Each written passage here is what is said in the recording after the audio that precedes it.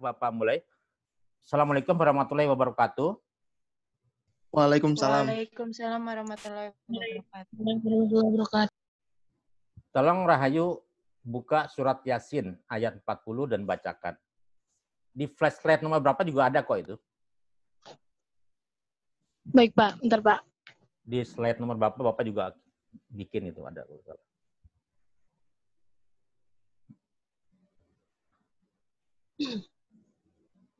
Wahyu kasihan sinyalnya kayak nggak mau. A'udzubillahi minasyaitonirrajim. Rahmanirrahim. Lasyamsu yanbaghi laha tudrikal qamara wal sabiqun nahar. Wa kullu fi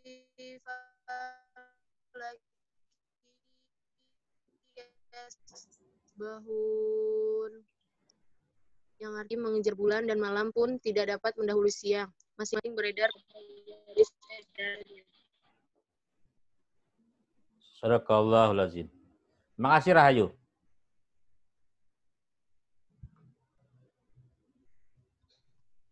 Baik, yang sudah masuk baru 13 mahasiswa. Saya kontak berapa kali Gali susah. Gali kerja ya Rahayu ya? Iya Pak. Oh, pantas. Iya, lagi sibuk di sini kan Pak. Oh, oke. Tolong bantu Bapak dong yang materi kuis hari ini coba nanti, karena Bapak nanti cuma 30 menit aja, habis itu kan kamu mengerjakan. Coba lihat dulu.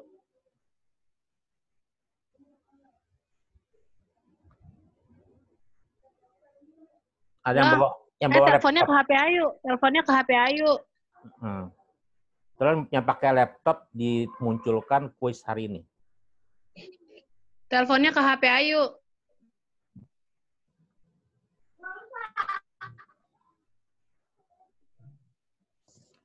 Tujuh 17 peserta daring hari ini, Bapak absentar.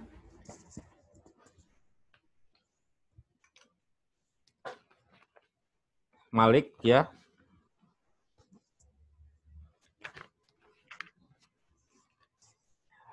Ya, sebelum itu Bapak bahas bentar kuis dulu. Bapak bahas dulu kuisnya Mbak.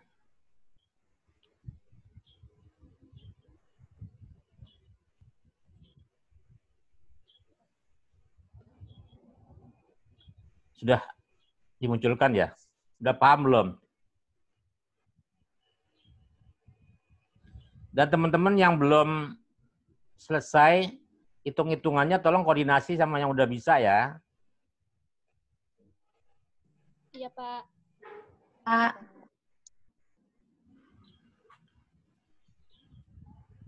Mana yang kuis hari ini ditampilkan di screen? Iya, Pak. Bentar, Pak. Kita tinggal satu mata kuliah pertemuan, Mas. Ya, yang ke-15. Ya kan hari ini ke-14. 15. Kemudian satu lagi satu lagi mungkin kita kuis terakhir ya, ketiga. Tolong kamu baca mengenai cerita-cerita penjelajahan explore ke planet-planet seperti Mars, bulan, segala macam. Ya. Jadi apa saja wahana yang dikirimkan seperti ke bulan kan banyak tuh, ada Apollo, ada lunar, ada apa, itu kamu baca. Itu yang materi kita terakhir. Gitu. Dan UASnya kemungkinan besar kalian mungkin dari banyakan dari media, dari berita-berita Google apa segala macam, kamu banyak nanti dipelajari itu. Ya. Lebih memahami, kemudian tidak harus textbook banget dari buku gitu. Baik, nanti Apa sudah bisa ini belum bisa menampilkan yang kuis yang Bapak hari ini nanti kamu kerjakan? Ini kan materinya nih, materi hari ini. Bisa tampilkan Iya, nggak? Pak. Iya. Oh, yang kuisnya Ya, kuisnya bener, belum dapat ya. Pak. Ada Di ini dulu ya, ya. ya, ada 4 kalau nggak salah. Yang lain tolong munculkan ya. Saya mau foto dulu untuk apa? Untuk screen laporan. Tolong dihidupkan dulu video ini ya. Videonya. Bapak mau kamera, ya, munculkan dulu. Semua. Aji ya, Irma, Esti, Wahyu, Nia, tolong. Dia, munculkan semua. Rahayu, dia, Pak mau foto dulu. Rahayu belum, ya.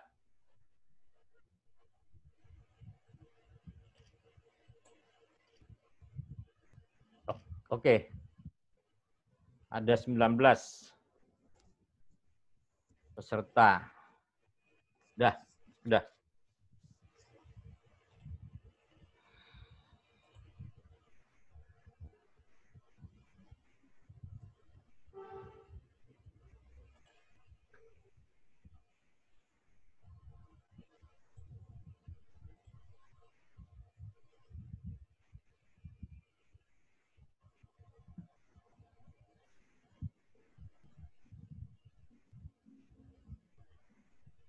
Anissa,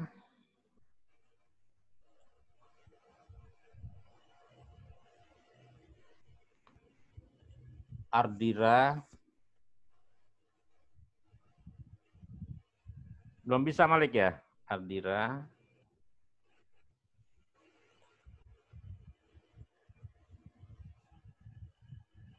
ya baik. Ada kira-kira yang mau ditanyakan nggak? Soal 1, ya. Soal 1, saat pukul 5.03 tadi, pagi, itu posisi, ya toh? ISS apa Rahayu? ISS?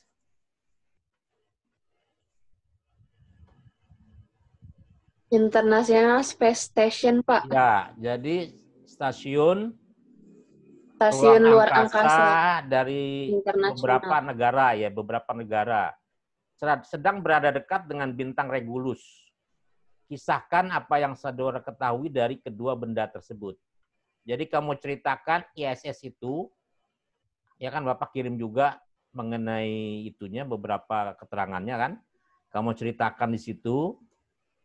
Kemudian ISS itu gabungan dari berapa negara dibuat. Ada saat ini berapa astronot, ya kan? Nah, bintang Regulus ini siapa yang tahu pernah kejadian apa? Gerhana Regulus, Pak. Iya, betul, gerhana bintang namanya, Mbak. Nah, kamu tentukan posisinya. Kalau dulu kan gerhana matahari, kita matahari, bulan, bintangnya apa, ya kan? Bumi. Nah, sekarang bintangnya itu Regulus untuk pengganti bumi. Posisinya di mana? Hampir sama sebenarnya. Ya kan, ceritakan. Kapan kejadiannya, kamu cari. Jadi, kamu olah itu, kamu explore itu, ISS-nya gimana, Regulusnya gimana. Nah, pada saat sekarang, ISS itu kapan mulai, ya kan, beroperasi. Dan di dalamnya sekarang ada siapa aja. Nah, tambahan ada 2 astronot dari pesawat apa? Kamu ceritakan semua. Ya kan? Nggak banyak-banyak, paling ya 1-2 paragraf. Bila dimungkinkan, planet Mars didiami umat manusia, persyaratan apa yang harus dipenuhi untuk layak huni? Ya kan? Kamu ceritakan juga, mesti ada air atau apa, segala macam gitu. Yang 3, biasa kamu bedakan antara bidang eklips sama ekuator langit yang gimana? Fungsinya apa? Kemudian Ascension Recta dan Azimut. Aurora, Bapak juga kirim ke kamu tuh aurora, ya kan? Dan black hole. Nah, black hole itu nanti bisa menyerap bintang, planet. Bisa diserap itu, bisa dimasukin. Nah, kita kalau udah masuk seperti itu, udah hilang aja kemana kita nggak tahu. Lukis posisi gerhana bintang dari Regulus. Ya. Ada info terbaru, Elon Musk akan membuat hotel transit. Jadi sebelum ke bulan, sebelum ke Mars atau ke planet lain, kita nginep dulu di hotel itu. Ya. Nah, bagaimana menurut pengetahuan yang saudara baca? Bisa terlaksana atau tidak? Kalau jawabannya ya, kenapa? Kalau jawabannya tidak, kenapa? Paham ya? Ya, Pak. Ya, jadi nanti setelah berapa menit kita off, kamu kerjakan, nanti kita balik lagi jam 10:10 gitu. Balik kita ke materi hari ini. Materi ke-14.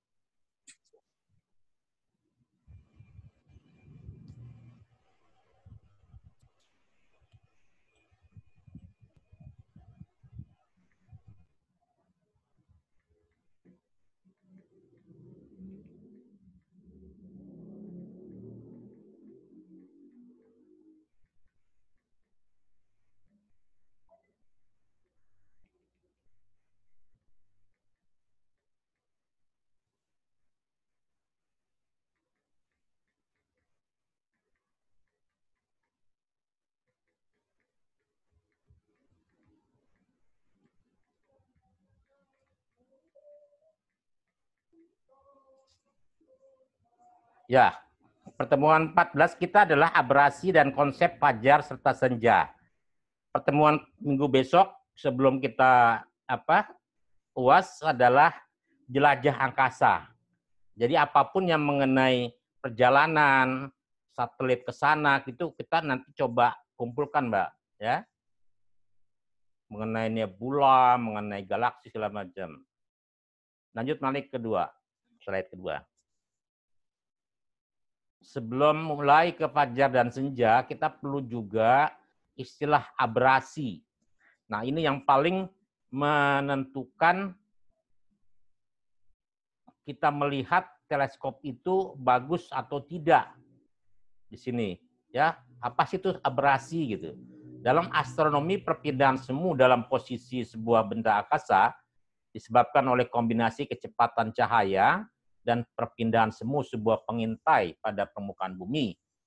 Ya, arti abrasi adalah penyimpangan dari yang normal, pembiasan cahaya tidak seragam, sehingga cahaya bayangan tampak berubah bentuk. Abrasi cahaya dikarenakan perputaran bumi pada sumbunya yang disebut dengan abrasi harian, sedangkan revolusi bumi mengelilingi matahari disebut sebagai abrasi tahunan.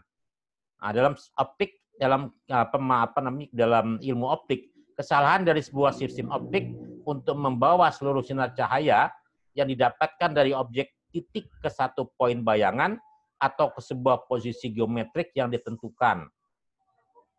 Lanjut. Nah, gambar yang kamu lihat itu ada sebuah gedung. Yang pertama kelihatannya bagus, Mbak ya.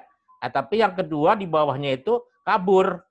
Nah, ini kalau kita melihat yang bawah itu terkena kondisi abrasi kromatik namanya. Ya, jadi kekaburan itu. Abrasi bulat disebabkan oleh sinar dari berbagai zona dari sebuah lensa atau cermin yang mendatangi fokus dari jarak yang berbeda dari lensa atau cermin. Jadi seperti lensa yang ada di teleskop atau misalkan ada lensa yang ditaruh di satelit untuk memotret benda-benda langit, itu juga harus disesuaikan, Mbak. Jadi tidak ada ukuran-ukuran yang kira-kira tidak memenuhi daripada persyaratan. Kalau gitu jelek banget, gitu loh. Memotret misalnya di situ ada planet Pluto, nanti bentuknya kabur. Nah, jadi itu harus dipelajari. Itu sulitnya kita kan, karena kita nggak menyentuh daripada objek itu.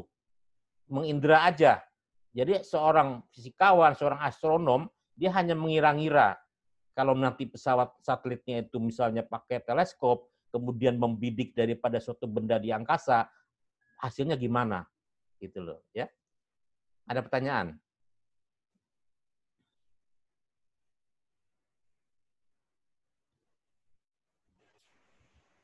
Tidak ada?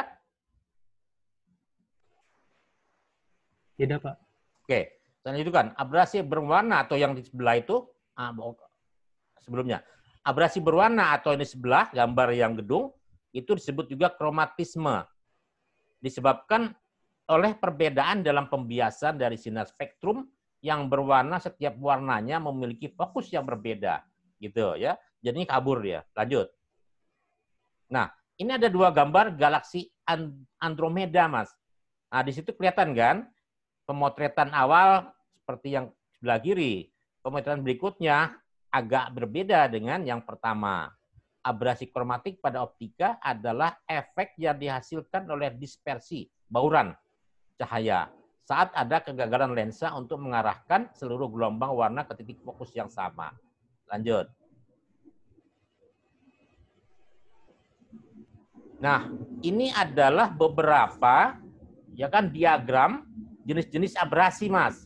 Ada namanya axial chromatic aberration, ada lateral chromatic yang lintang itu kayaknya kan garisnya tegak lurus, ada yang namanya spherical aberration, ada yang chroma seperti tadi, ada yang sagittal halo, ada astigmatisme, ada field curvature. Jika semua sinar dari sebuah objek titik tidak difokuskan pada sebuah titik bayangan tunggal, bayangan buram yang dihasilkan disebut abrasi. Gitu. Nanti di angkasa juga begitu, Mas. Ya, lanjut. Nah, itu keterangan untuk yang gambar-gambar di atas, yang disebut dengan five saddle aberration, abrasi monokrom, yang sudah dikenal sejak era kamera film, serta abrasi kromatik. Nah, gitu. Ya, lanjut aja. Nah, ini juga, ya, itu lensa yang dipakai oleh Edwin Hubble.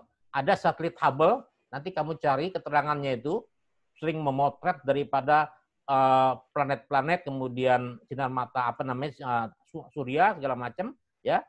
Itu yang sebelah kiri bagaimana prosedur lensanya. Nah, yang disebut dengan astigmatisme tadi adalah sebuah gejala penyimpangan dalam pembentukan bayangan pada lensa. Ya, ini sama dengan abrasi tadi ini, ya. Nah, gambar yang ini, yang tengah itu, ini kalau kita disebut seperti contohnya abrasi. Misalnya, pada saat kita posisinya kondisi hujan, E dan S, pada saat kita bergerak ke E1, maka S1 itu adalah dari gerak hujannya. Seperti itu. Jadi seperti miring, gitu. Nah, itu yang disebut dengan abrasi tadi, ada penyimpangan. Sama seperti kita melihat fokus arah mendatar, tapi yang kita lihat bisa ke bawah, bisa ke atas, Mas. Seperti itu. Ya. Nah, itu ceritanya abrasi seperti itu. Lanjut. Nah, sekarang pengertian fajar dan senja. Bapak ngambil dari konsep yang dibuat oleh Al-Biruni dengan kitabnya Al-Qanun Al-Mas'udi. Kenapa kita mempelajari fajar dan senja? Karena dua peristiwa ini itu sangat berkepentingan terhadap kita melakukan ibadah. Fajar dan senja merupakan kejadian harian sebagai akibat dari perputaran bumi pada porosnya. Pada dua kejadian tersebut, matahari berada pada posisi di bawah ufuk, sehingga sebenarnya matahari sudah tidak terlihat oleh pengamat pada suatu tempat. Menurut Thomas Jamaluddin, ini kepala 8 sekarang, kejadian fajar dan senja adalah karena sinar matahari dihamburkan oleh debu-debu atmosfer. Nah, benar kan? Jadi sekarang kita debu-debu atmosfer kita pelajari pertamanya abrasi dulu tuh. Jadi abrasi itu mempengaruhi daripada ya kan mata kita melihat suatu objek di angkasa. Jadi kejadian fajar dan senja adalah karena sinar matahari dihamburkan oleh debu-debu atmosfer. Sama di grup saya kirim peristiwa aurora, Mas. Gitu loh, ya. Nah, selain debu-debu atmosfer, ada lagi debu-debu antar planet, Mas. Nah, atmosfer kan kita nih, lingkungan bumi, ya. Tapi di planet ada juga, ada debu, ada air, ada gas, segala macam-macam ya, gitu loh.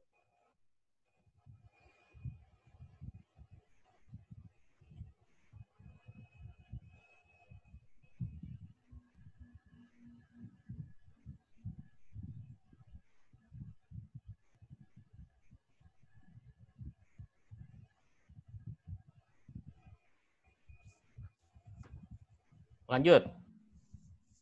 Ya, fenomena fajar dan senja tidak saja menarik para ilmuwan berkaitan dengan perakiraan cuaca dan navigasi, ya. Kalau kita misalnya ke perjalanan lewat laut, pasti tahu namanya navigasi. Tetapi juga berfungsi menjadi tanda bagi penetapan waktu sholat bagi kaum muslim. terutama sholat Isya dan subuh. Al-Biruni, seorang ilmuwan Muslim abad pertengahan, telah mengemukakan konsep mengenai fajar dan senja di dalam kitab Al-Qanun Al-Mas'udi. Kajiannya dilakukan melalui metode analisis isi dengan pendekatan ilmu falak, mengungkapkan bahwa fajar dan senja menurut Al-Biruni terjadi ketika matahari berada pada ketinggian minus 18 derajat. Gitu loh. Konsep tersebut diakui kesesuaiannya dengan ilmu pengetahuan modern, ilmu astronomi dan hadis Nabi Muhammad SAW. Selain itu, penemuan Al-Biruni mengenai ketinggian matahari sampai saat ini banyak digunakan oleh beberapa organisasi keagamaan di beberapa negara untuk menetapkan waktu sholat Isya dan subuh termasuk di Indonesia. Lanjut. Nah, ini suasana apa nih, Malik? Senja kayaknya ada, Pak. Senja atau fajar? Ya, nanti dilihat loh. Perhatikan ya. Jadi lihat bagaimana, lihat kalau misalnya mataharinya terbit dari timur, berarti fajar. Tapi kalau dia terbit dari, atau misalnya masuk arah barat, berarti senja. Ini. Tapi ini Bapak ngambil dari fajar. Ya, dari peta, dari foto fajar. Nah, kalau yang berikutnya baru di halaman di slide 12 baru itu senja. Nah, lanjut yang 11. Nah, sedangkan proses atau tahapan keadaan fajar nanti kamu baca. Tahap pertama gimana disebut fajarnya, ada fajar sidik, ada fajar kazib, segala macam. Kedua, kemudian ketiga. Itu menjelang kita subuh. 12, slide 12. Ah, ini adalah senja. Ya, ini dilukanya di luar negeri deh nih, senja. Ditinjau dari ilmu astronomi, maka senja ini dapat dibagi menjadi 3. Ada dengan senja biasa, civil twilight, atau senja berdasarkan nautical untuk perjalanan, kemudian senja berdasarkan astronomi. Itu berdasarkan posisi matahari. Berulang kali saya mengatakan 2 benda ini, matahari dan bulan, itu sangat berkepentingan terhadap kehidupan makhluk yang ada di bumi. Lanjut. Nah, sama ini kesimpulan dari kitab Al-Biruni. Kita mengacu pada buku itu terhadap konsep fajar dan senja. Oke. Selanjutnya. Sama ini ya kan, kesimpulannya apa? Kita pakai yang mana gitu kan? Ya, pada saat fajar kita pakai yang ini, kemudian pada saat senja kita pakai yang itu. Lanjut. Nah, ini tabel menggunakan waktu sholat subuh dan isya dari beberapa negara. Ya, kalau untuk Indonesia kita menggunakan untuk subuh minus 20 derajat. Sedangkan untuk isya kita menggunakan minus 80 derajat sudut depresi matahari. Gitu. Itu ada hitung-hitungannya juga. Lanjut. Nah, ini adalah tabel dari BMKG. Tiap hari, kalau kamu bisa lihat di webnya, tiap kota itu ada data waktu fajar jam berapa, waktu terbit matahari jam berapa, azimut saat terbit berapa dari posisi matahari. Waktu transitnya, ini, itu matahari. Tinggi saat transisi, target transit itu 72 N posisi matahari. Waktu terbenamnya 1853. Azimut saat terbenam itu. Waktu senja tanggal jamnya ada semua. Ini tabel-tabelnya, Mas. Lanjut. Terus, itu beberapa kota di Indonesia ya. Lanjut. Nah, ini kesimpulannya, Mas. Dari pendapat dari beberapa ahli tadi seperti Biruni, kemudian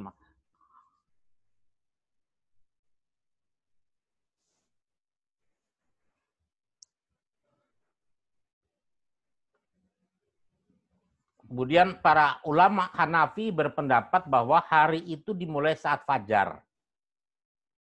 Jadi pertama, fajar dijadikan patokan dari permulaan hari. Ada yang berikutnya, kedua, permulaan hari terjadi saat terbenamnya matahari. Ketiga, hari dimulai sejak tengah malam, pukul 00. Dari ketiga pendapat tersebut, penulis cenderung menjadikan peristiwa awal dari hari dalam Islam sesuai dengan pendapat jumhur ulama. Jadi fajar sebagai patokan.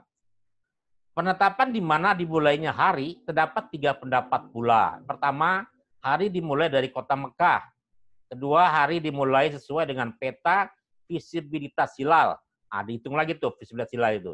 Ketiga, hari dimulai pada posisi 180 derajat dari Greenwich Mean Time, ya, di kota London. Itu Greenwich Mean Time, jam Big Ben itu.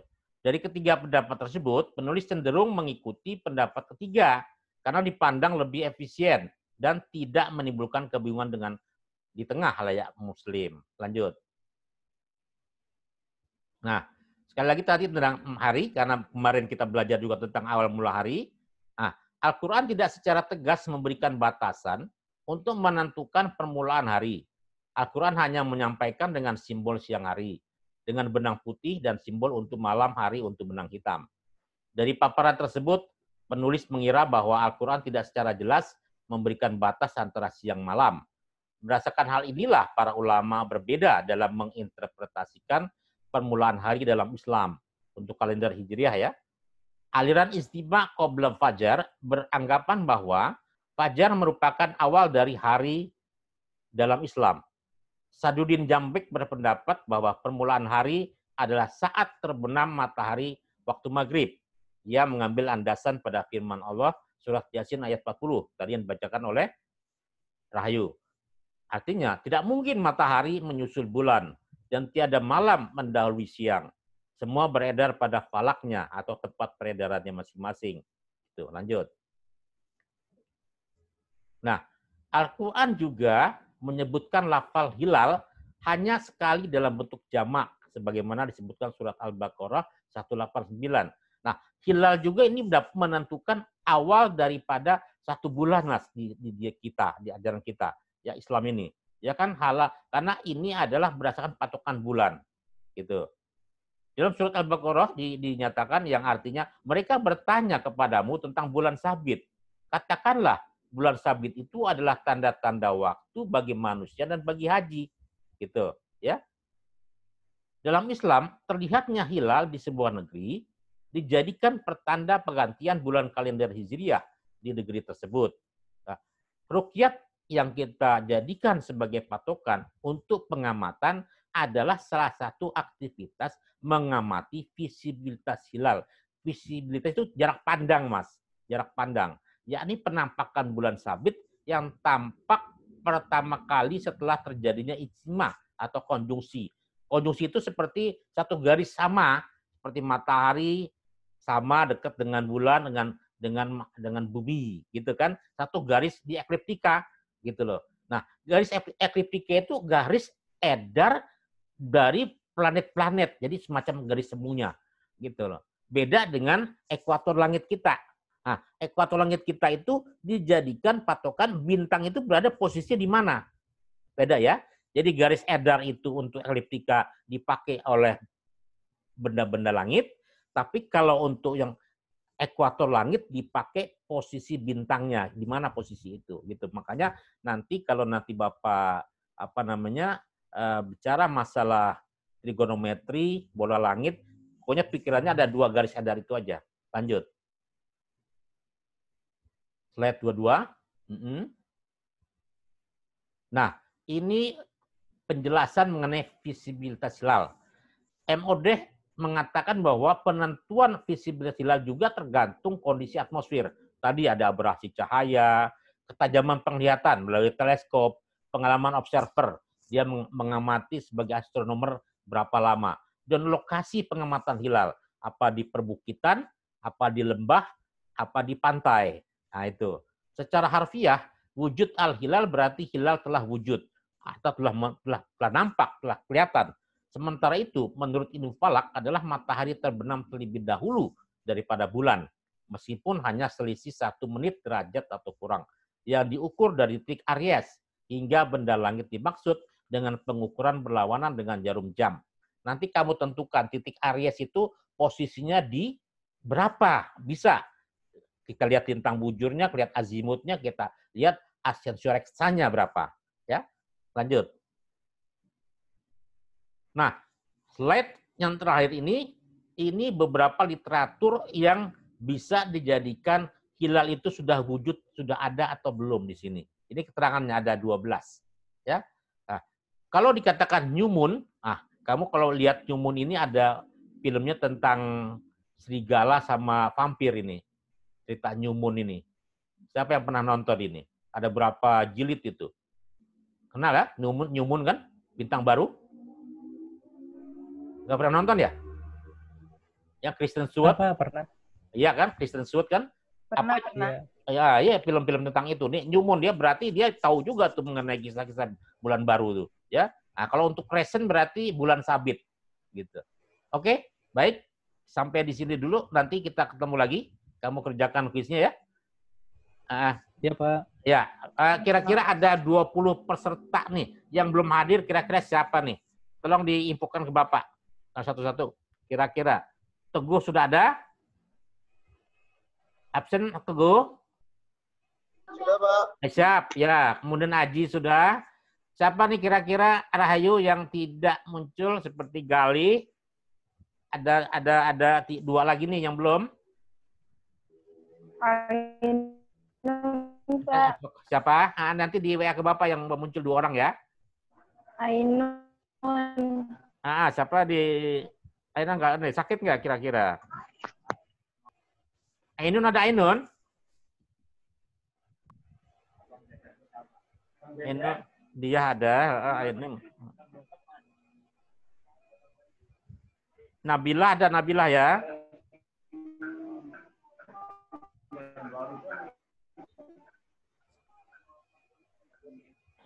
Siapa lagi nih? 2 lagi yang belum ada. Wahyu ada.